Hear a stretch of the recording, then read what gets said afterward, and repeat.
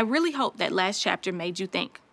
Honestly, more often than not, I come across business owners who have no idea who or what their brand is.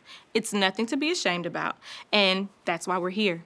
But you have to establish that before you start thinking about the other things. It's something that I had to learn myself years ago, and they definitely didn't teach it in school.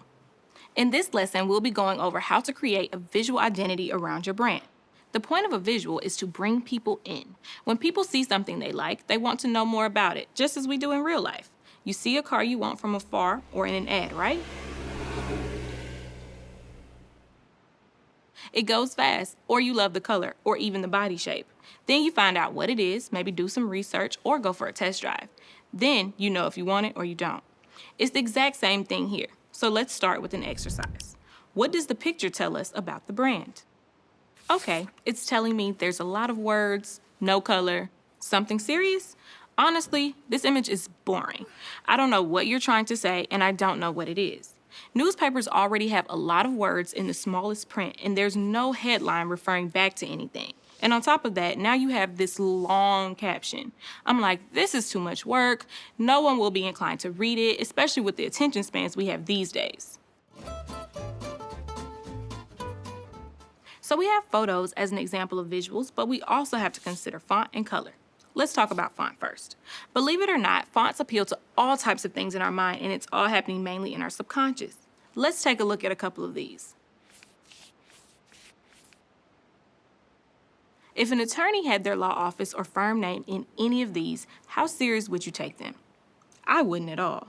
Each font represents exactly what the word says. Take friendly, for example. Do I want my attorney to be friendly?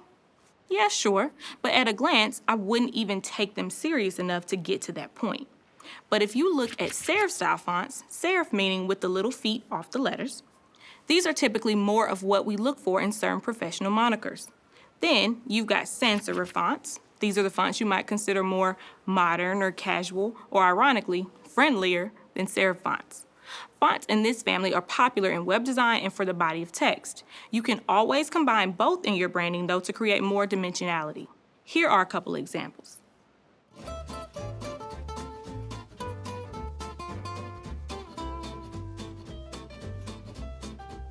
Now, let's talk color.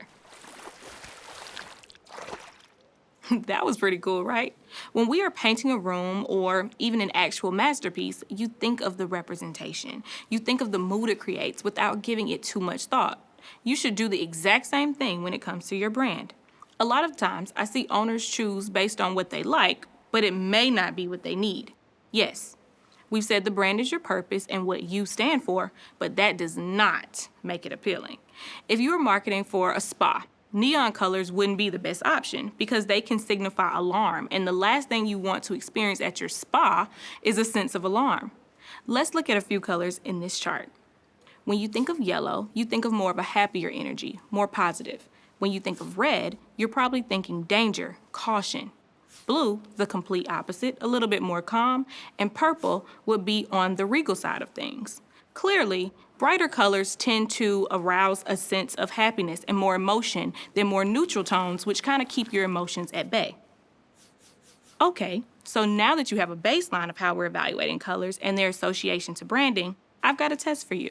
Take this picture, for example. If I tell you that these women are teen mentors for boys and girls between the ages of 8 and 15 in Vermont, what color palette would you pick for their company?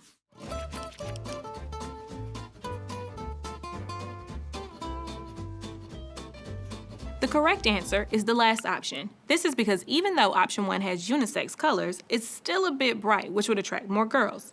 Same with option 2 because of the pink hues that you see. The third is okay, but even though teens are older, they are still kids, so you don't want them to be too drab. The last one is just neutral enough to catch the eye of both the kids and their parents. Color and font together are responsible for creating the mood or feeling associated with a brand. This is also true for the visual type of branding. See, if I was talking to you like this, how'd you feel? Or this. It's sickly, right? The mood of my personal brand is typically very vibrant, and I have specific professionals I work with to keep that consistency. So these were all taken by different photographers in different places. But do you see the consistency in all three? They all speak to my personal brand, which, like I said, is rooted in vibrancy. Now, take some time to think about what you would do, write it down in your workbooks, and I'll see you in the next lesson.